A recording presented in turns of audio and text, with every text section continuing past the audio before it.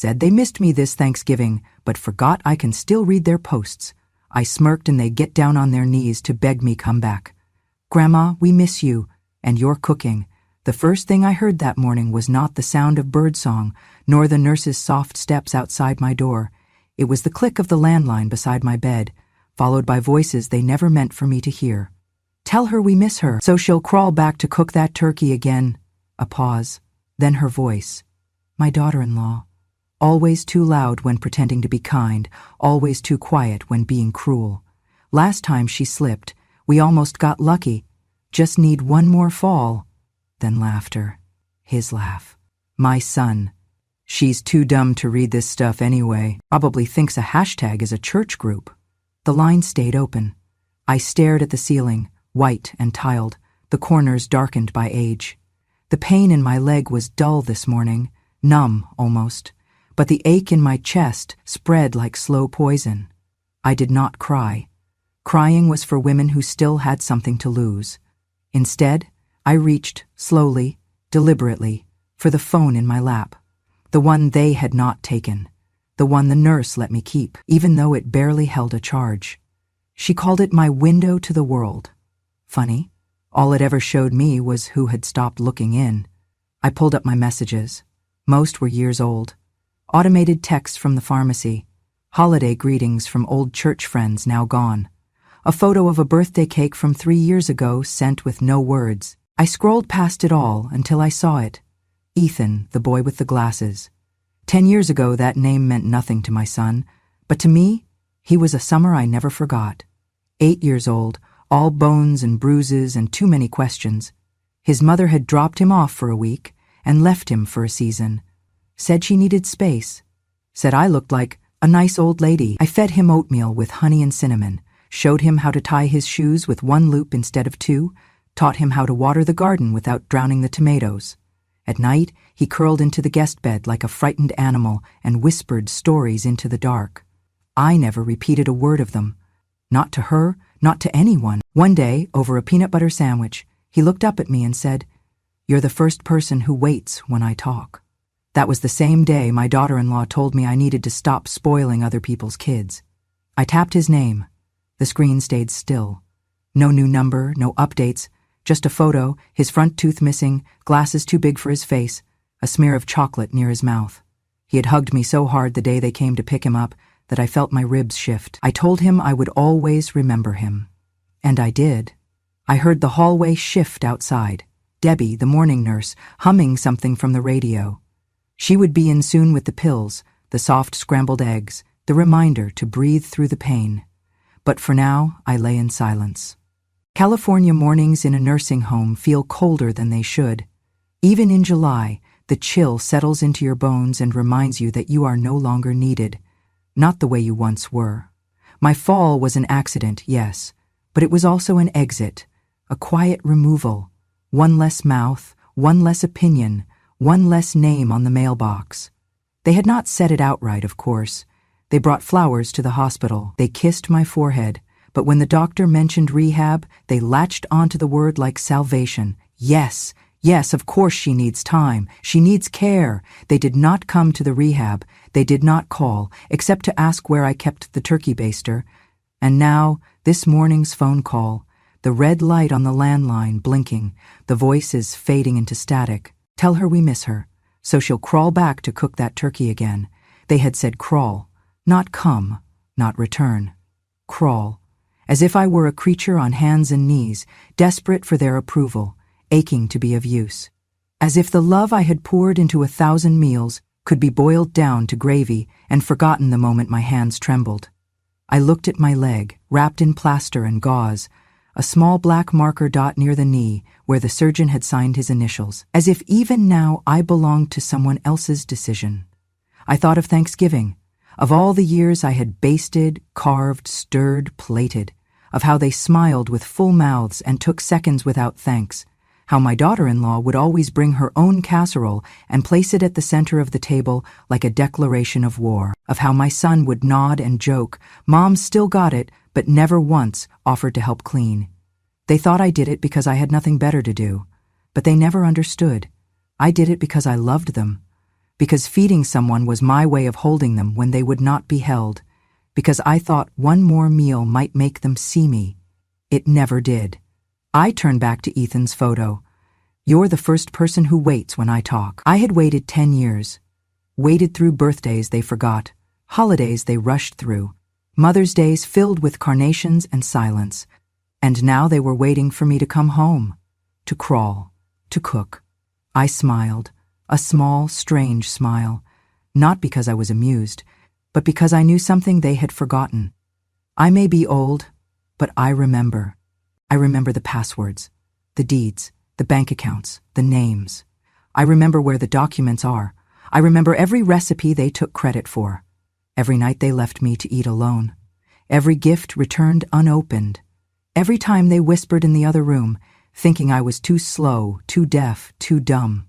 And now I remembered Ethan, the boy with the glasses, the one person who had looked at me and seen more than chores and casseroles. I pressed compose and began to type, my fingers stiff but steady.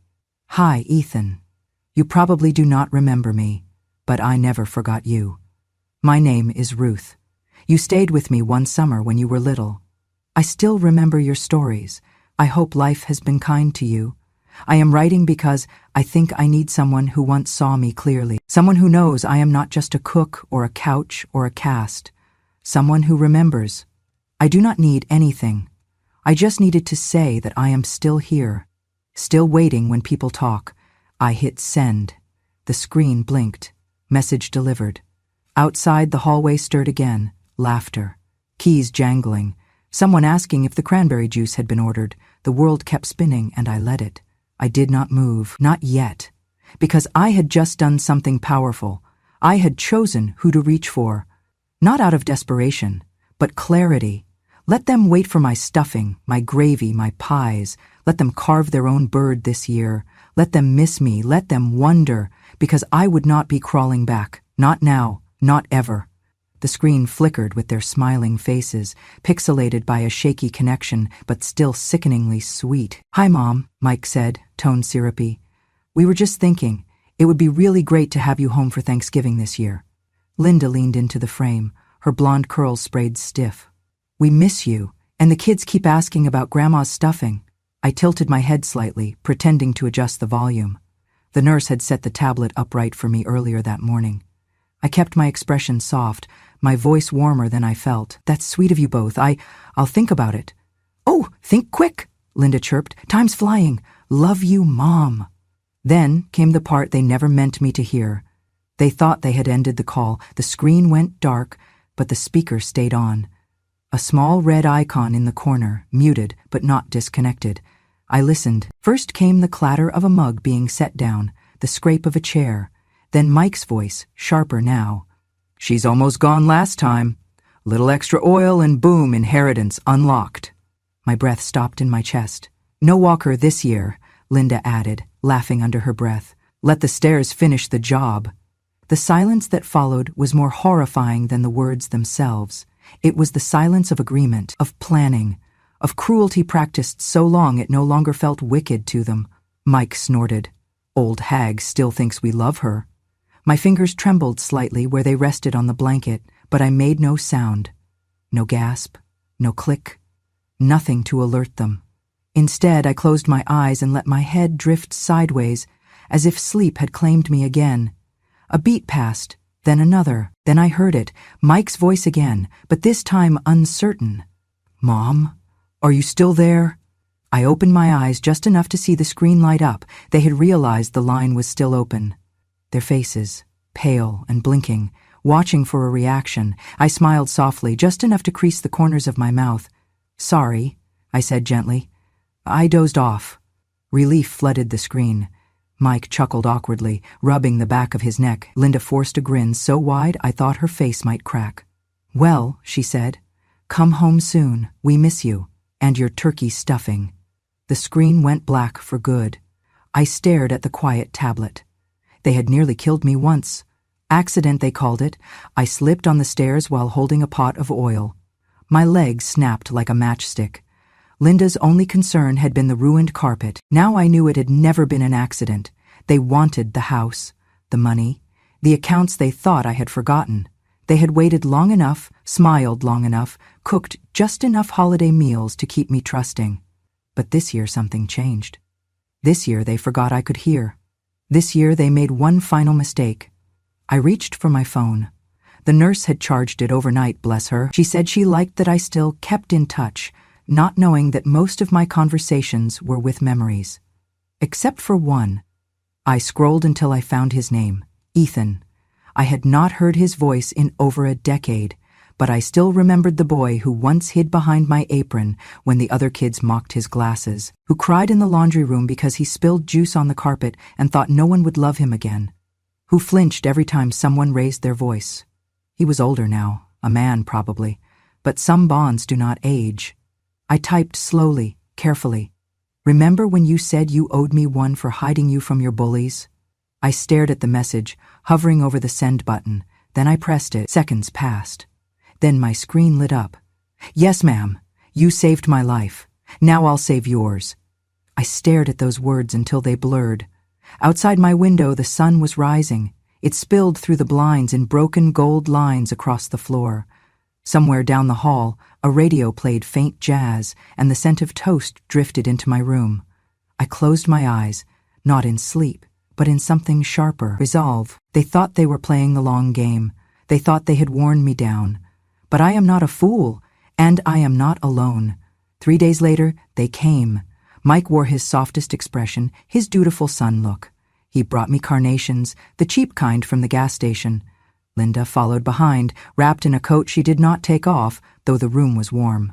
Her lipstick was too red, her smile too bright. Mom, Mike said, bending to kiss my cheek. You look great, stronger already. Linda set the flowers down and pulled up a chair. Thanksgiving isn't the same without your sweet potato casserole. The girls keep asking when Grandma's coming home. I smiled. It was the kind of smile that does not reach the eyes, but makes people lean in, thinking they have been forgiven. Oh, sweetheart, I said softly. How kind of you to come all this way. Mike reached for my hand. I let him. You'll sit at the head of the table this year, he promised, squeezing lightly. We've already moved the big chair. It's all ready for you. He had never let me sit at the head before, not once, not when I cooked everything, not even when his father passed and I was the only one left to carry the stories. But now I was to be placed front and center, like a queen whose crown had begun to tarnish. We'll pick you up early Thursday morning, Linda said. You can rest before dinner. How thoughtful, I replied. They were so sure they had won. They had no idea the game had changed. Because Ethan and I had already begun. The microphone was tucked neatly into my cardigan, sewn just beneath the collar by Debbie, who thought she was helping me repair a loose thread. She did not ask questions.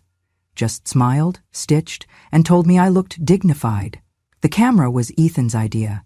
Tiny, no bigger than a button, hidden in the cushion of the living room armchair, the one I always sat in during holidays. He mailed it directly to the nursing home, labeled it mobility cushion. The staff never opened it. They assumed it was something Medicare had approved. Police had the file already. Ethan made sure of that. He had not just become a man. He had become something powerful, a cybersecurity expert in Silicon Valley.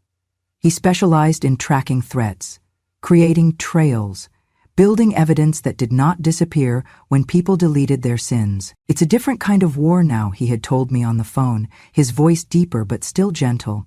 You do not have to fight loud, you just have to press record. And so, we prepared. Mike and Linda chatted cheerfully about seating arrangements and cranberry sauce. I listened, nodding in all the right places, my mind 1,000 miles ahead. I had printed a copy of the message, the one from their accidental call. Ethan had cleaned the audio, enhanced it, and emailed me the transcript. It sat folded in my purse now, just in case they needed reminding. But not today. Today I would play the part, the tired old mother, grateful, forgetful, harmless.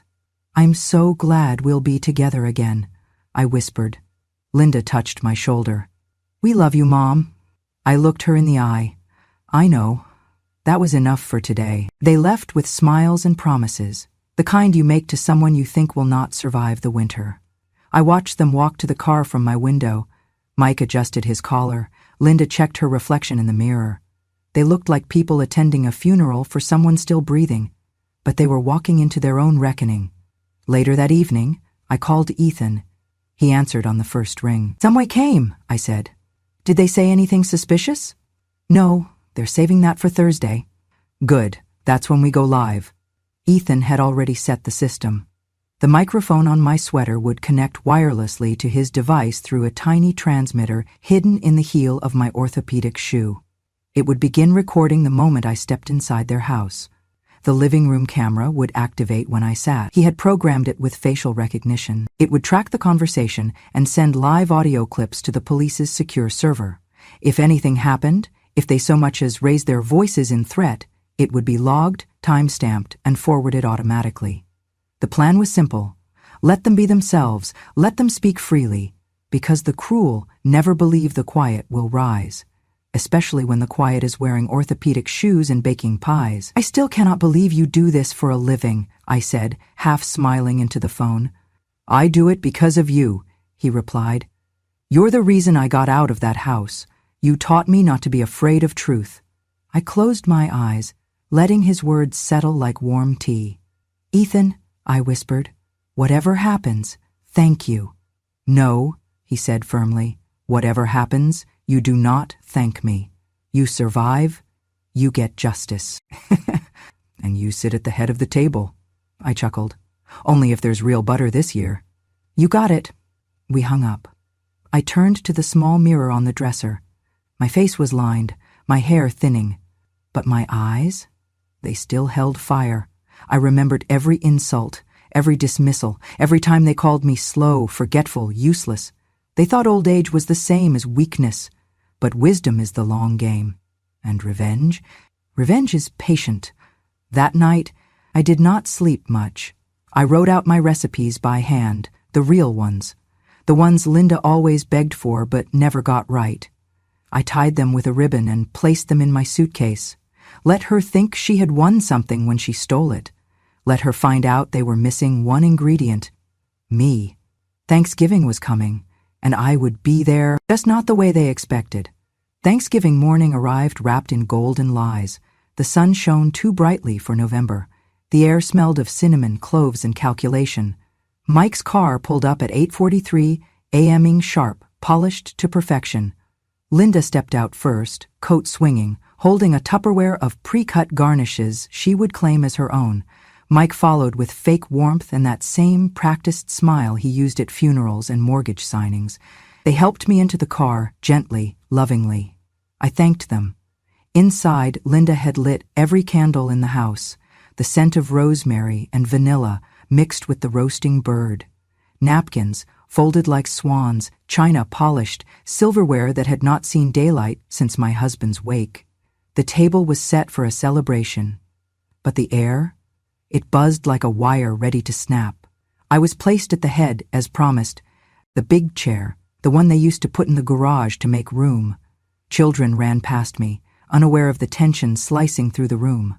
Linda called for them to wash their hands, her voice sugar-coated. Mike hummed while stirring gravy, peeking over at me every few seconds, as if checking for signs of weakness. They thought I had returned out of love, out of guilt, out of forgetfulness. They thought they had pulled the strings tight enough. Ethan was already in position, parked down the street, watching, recording. The microphone beneath my collar caught every whispered exchange. The tiny lens in the cushion pointed straight at the dining room, where intention simmered hotter than the sweet potatoes. Dinner was served at 3:00 p.m. sharp. The family bowed their heads as Mike performed a short, empty prayer about gratitude and grace. His voice trembled in all the right places. Linda squeezed my hand and mouthed, "Welcome home." Then they carved the turkey and poured the wine. The room buzzed with chatter. My grandchildren passed rolls, made jokes, asked about school. The lies stacked higher than the mashed potatoes. I listened to it all in silence, chewing slowly, letting the warmth of the food melt into steel beneath my ribs. At 3:26 p.m., Mike stood, wine opener in hand. "Mom," he said cheerfully, "how about we toast to your return?" He grinned, the cork twisted. Then, the television clicked on by itself. The screen, dark for hours, lit up in cold, sharp resolution. It played a video. From their own kitchen, their own voices. Alex is Mike. She's worth more dead than alive. Linda. No walker, no rail. Boom. A pause. Mike again. Old hag still thinks we love her. The room froze. Forks hovered mid-air. Glasses trembled in hands. A child whispered, "What's that?" Linda dropped her knife. It clattered like a gunshot. Mike lunged for the remote, but the screen locked. Then came the lights. Blue and red flooded the windows. Outside, squad cars parked across the lawn, their engines low and steady. Doors opened, footsteps echoed. Then the knock, firm, final, undeniable. 3 officers entered without waiting for a response. Behind them, Ethan, no longer the small boy I had hidden from bullies. He stood tall, black coat zipped high, eyes sharp. A woman in uniform stepped forward. Her voice was calm, measured, absolute. "Mike Ransom, Linda Ransom, you are under arrest for conspiracy to commit murder, elder abuse, and financial exploitation of a dependent adult." Mike's mouth opened, but made no sound. Linda dropped her wine. It shattered. The turkey slid off the platter in slow motion, grease staining the tablecloth like blood. My youngest granddaughter began to cry. And me? I took a sip of water, set the glass down, and rose slowly, stronger than they ever imagined. "You said you missed me," I said quietly. All eyes turned. Mike's face flushed purple. Linda stumbled back. "But what you missed," I continued, "was control." I took a breath, and I missed nothing, not even your hashtags. The officers moved forward. Mike shouted something, slurred, unfinished. Linda screamed, pointing at me, at the screen, at Ethan. "This is insane. She's manipulating you. She's senile." But the proof had spoken. The house, the microphones, the video, they were no longer just tools. They were witnesses. Mike was cuffed first. Linda followed, fighting like a cat in water. As they were led away, I looked at Ethan. He gave a slight nod. Justice does not always shout. Sometimes it sits quietly at the head of the table and waits. The police station smelled like old paper and bitter coffee. I sat upright in the interview room, back straight, hands folded. No cane, no nurse, no wheelchair. Ethan offered me an arm when we walked in, but I shook my head gently. I needed them to see. I was not broken, not this time. Across the table, the district attorney adjusted her glasses. She was young, too young to remember a world without cell phones, but her eyes were sharp and unwavering. Beside her, a detective tapped through a file on a government-issued laptop. Ethan sat on my left, still in his dark coat, his hands steady on the table. Next to him was the attorney he had hired, an older woman with the calm confidence of someone who had walked through fire and survived. The DA began. "We've reviewed all submitted materials. The video evidence captured in the Ransom household, the audio feed recorded from Ms. Ransom's sweater, the hidden surveillance device in the cushion, and the full digital archive provided by Mr. Ethan Rowe." She looked at me. "Do you understand the charges being considered, Mrs. Ransom?" I nodded. "I do." The detective turned his screen toward us. "These are the group messages from an encrypted app. We traced the account to Mike Ransom after Mr. Rowe infiltrated the group's data using his firm's forensic tools. The chat names were masked, but the content was plain. ETA on the payout. Still no rail on the stairs. Easier this way. She's getting clumsier. Might not even need a push. Oil trick again? Or just let her wander upstairs? This time we get it on camera, make it look like she refused help. I did not flinch. I had read these already 3 nights ago, alone in my bed at the nursing home, the light from the phone screen the only thing illuminating my hands. Still, seeing them projected on a government screen brought something deeper. Not pain, validation. They weren't hypotheticals. These were steps in a plan. Ethan pulled out another folder and slid it across the table. "Financials," he said quietly. "You'll find 4 separate withdrawals from a senior care life insurance policy, triggered by falsified medical documentation declaring my grandmother deceased." The DA flipped through them, her face hardening with every page.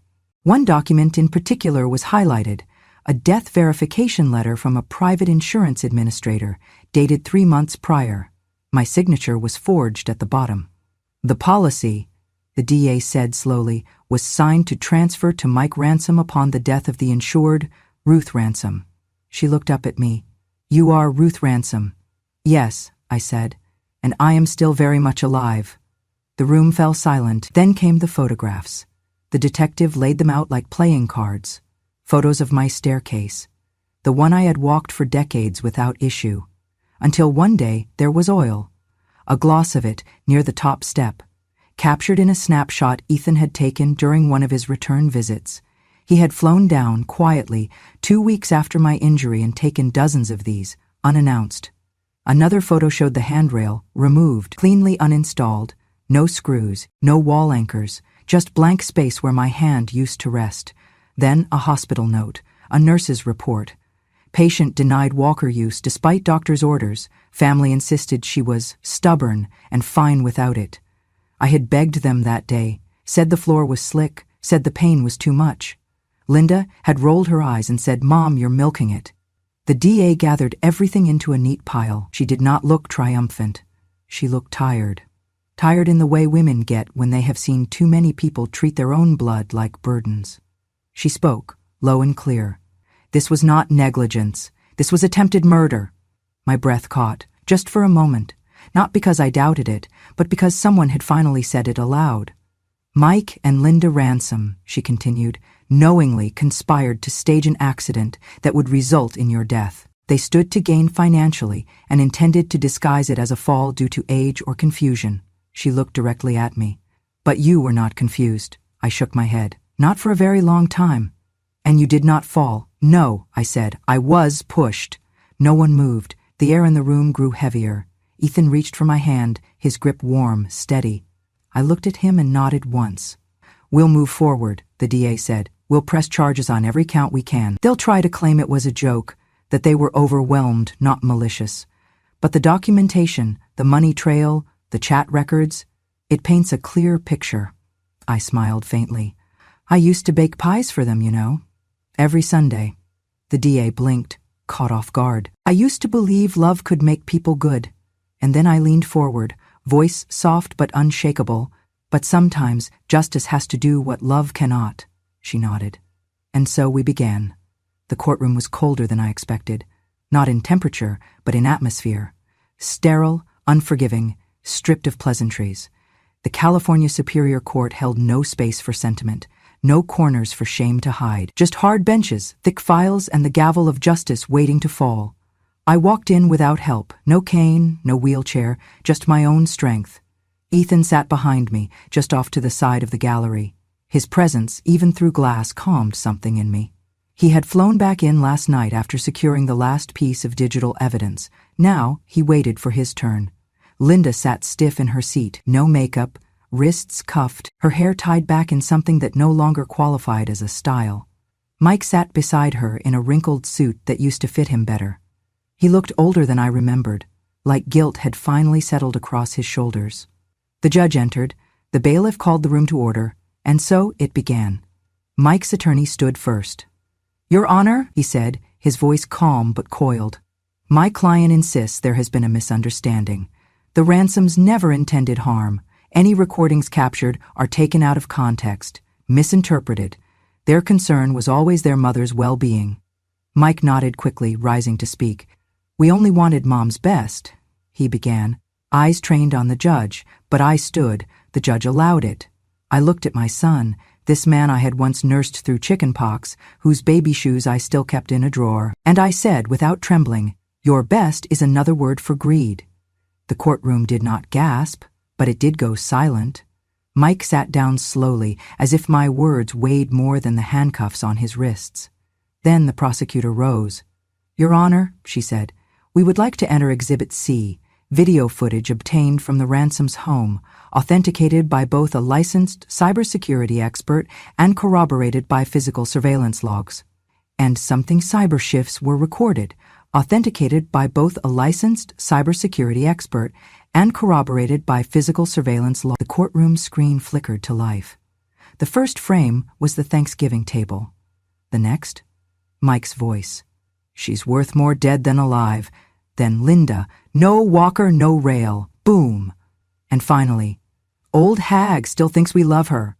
I watched Linda press her hands to her ears as her own voice echoed back at her, too loud to ignore. The prosecutor turned. This clip was uploaded anonymously just 48 hours ago. It's since been shared over 4,000 times. Social media has dubbed it, she checked her notes, Turkey and Tragedy 2025. Linda broke. No, she screamed. This isn't fair. That clip, he tricked us. She made us look bad. This wasn't supposed to happen. The judge banged the gavel once, sharp and commanding. Order. The prosecutor clicked her remote. New screen, new witness. Ethan appeared via Zoom, his image crisp, his tone calm. He wore a navy sweater, clean-shaven, eyes steady. I'm Ethan Rowe, he began, founder of Niveus Tech Security, specializing in encrypted communications and digital forensics. I personally decrypted the chat logs submitted under sealed evidence. The language and time-stamped content confirm coordination of intent. Can you explain that? The judge asked. Yes, Your Honor. Multiple messages were exchanged through a disguised messaging app. These included explicit discussions of when and how to remove safety features from Ms. Ransom's home, railings, walking supports, and also mapped out insurance documents with forged entries. These actions were not coincidental. They were part of a structured attempt to disguise a planned fatal accident as elder clumsiness. The courtroom was dead still. I have submitted complete logs, Ethan continued, cross-referenced with financial activity showing insurance withdrawals and internal emails from their provider. The digital fingerprints match Mr. Mike Ransom's device ID and IP address. He looked at the judge. The evidence is clear. Linda buried her face in her hands. Her shoulders heaved with shallow sobs. Mike did not look up again. The prosecutor nodded toward me. Mrs. Ransom, would you like to add anything? I stood again. My son wanted my best, I said. His wife smiled while counting the days I had left, but I never forgot how to count either. I looked at Mike. You thought I stopped paying attention. You thought old meant blind, but I watched. I listened, and I remembered. The judge looked over the documentation for a long moment, then she spoke. Based on the strength of the evidence, the verified digital logs, and the public safety risk presented, I am issuing the following orders. She glanced to the clerk. Calm. Emergency protective order in favor of Mrs. Ruth Ransom to ensure her complete safety and restriction of any contact by the defendants. My lawyer touched my shoulder gently. 2. Immediate freeze of all Ransom family assets related to the insurance policy in question pending full trial proceedings. Mike's jaw tightened. And 3. Detention without bail for both Mike and Linda Ransom pending trial for conspiracy to commit attempted murder, elder abuse, and financial exploitation. The gavel fell. Ethan closed his laptop. I sat back down and exhaled, not in victory, but in the strange, quiet release that comes when truth is no longer your burden alone. The courtroom was packed. Cameras lined the back wall like sentinels. Journalists scribbled notes between glances at their phones. A national broadcast sign blinked in the corner of the screen above the judge's bench. Live, Ransom v. California. Verdict day. I wore navy. Not black, not gray, navy. A color for women who've already mourned and chosen to rise. Mike and Linda sat at the defense table in state-issued suits. Their faces were pale, pinched. The cameras caught every twitch of their lips, every nervous glance. I did not look at them. Not yet. The judge entered, solemn and steady, and the room stood. Once seated, my attorney rose. She was not dramatic. Her voice was like a scalpel, sharp, direct, and impossible to ignore. Your Honor, she began, on behalf of Mrs. Ruth Ransom, we request full restitution, financial, legal, and personal. She turned slightly to the gallery. My client was not only targeted in an attempted murder plot, but she was humiliated, neglected, emotionally tortured, and stripped of dignity in a home she herself had built. She handed the judge a packet. We are asking for the following. 1. Complete revocation of Mike and Linda Ransom's inheritance rights, permanently. 2. Seizure and return of all assets fraudulently acquired through forged insurance policies and false care claims. 3. Emotional and physical restitution totaling $1,200,000 0 cents to compensate for psychological trauma, forced relocation, and loss of autonomy due to calculated negligence. The judge nodded, expression unreadable. Then came the evidence. Again, the lights dimmed, the screen descended, and the clip played for the world. My living room, the warm glow of Thanksgiving dinner. Mike's voice, casual as breath. She's worth more dead than alive. Linda's cold laugh. No walker, no rail, boom.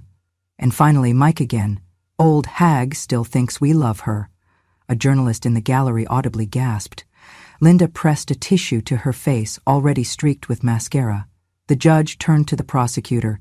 She stood slowly. The state of California finds this behavior not only criminal, but reprehensible. With full cooperation from cyber forensics and digital analysts, we have verified that the conspiracy was intentional, repeated, and designed to appear as natural elder decline. This is not negligence. This is premeditated betrayal within a family. Then she looked at me. And Mrs. Ransom did not just survive it, she brought the truth forward when no one else could.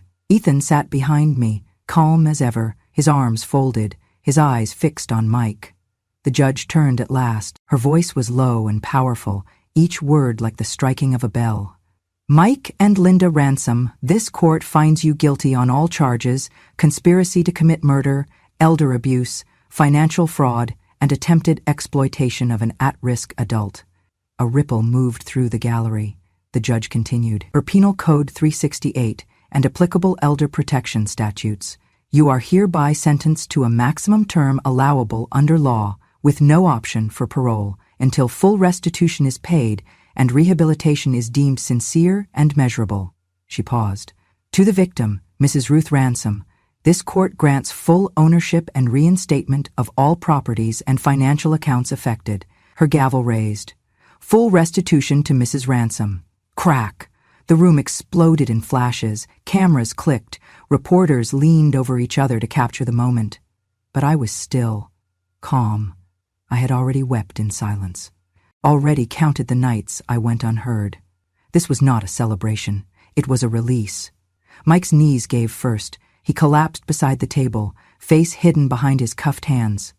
Please, he choked out. Please, Mom, please forgive us. Linda broke next. She stumbled forward before the bailiff could restrain her and dropped at my feet, sobbing so hard her words blurred. I was scared. I just wanted, please forgive me, Mom. The cameras zoomed in, desperate to capture drama, but I had no tears left. Only the quiet clarity of truth finally spoken aloud. I looked down at her, this woman who called me extra weight, who scrubbed counters behind me, who smiled only when there was something to gain. And I smiled. Just once. You missed control, I said softly, not me. The guards pulled them back. The doors opened. I stepped out into sunlight, free, whole, and seen. Ethan came for me one crisp December morning. No cameras, no fanfare, just him, waiting by the car with a thermos of my favorite tea and a blanket folded over the passenger's seat. I found a place, he said, lifting my bag with ease.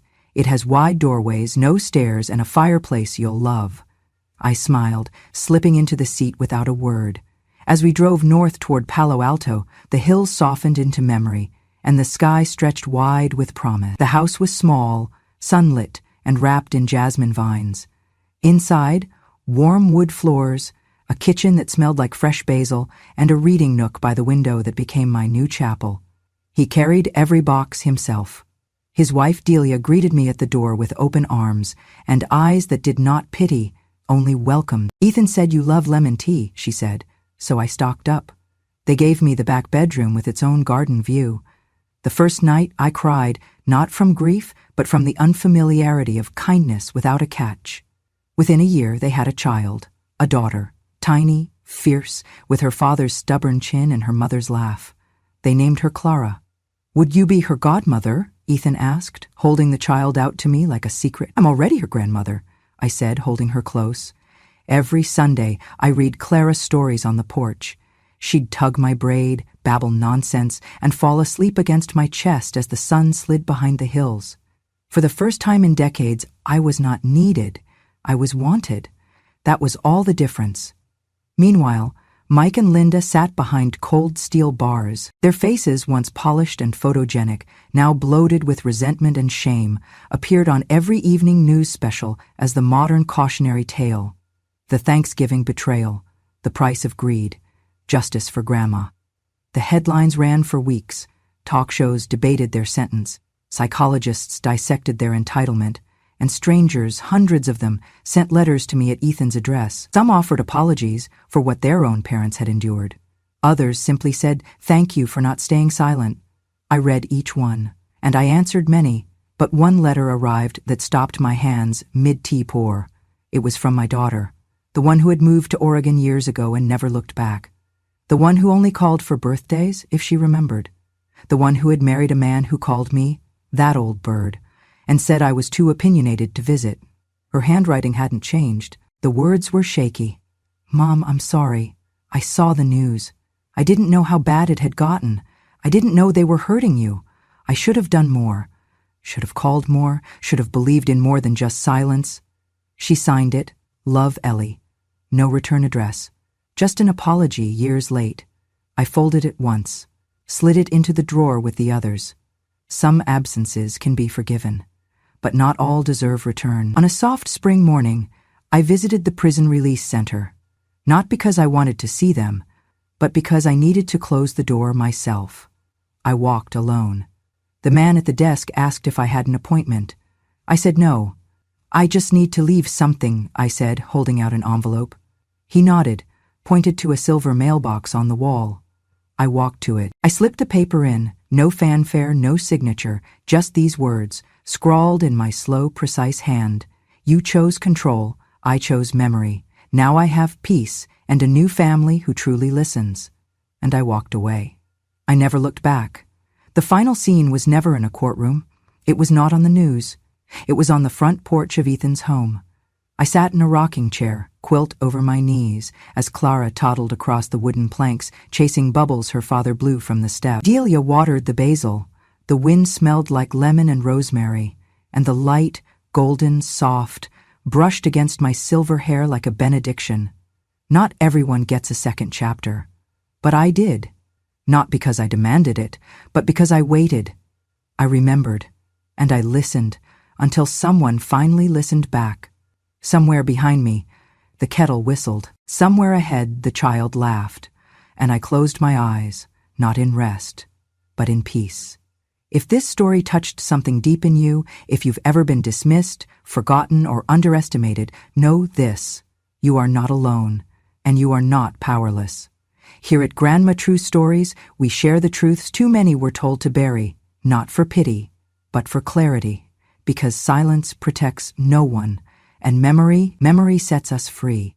If you believe in justice that whispers instead of screams, if you believe that wisdom grows stronger with age, not weaker, if you've ever wanted someone to say, "I see you, I hear you, and you matter," then you belong here.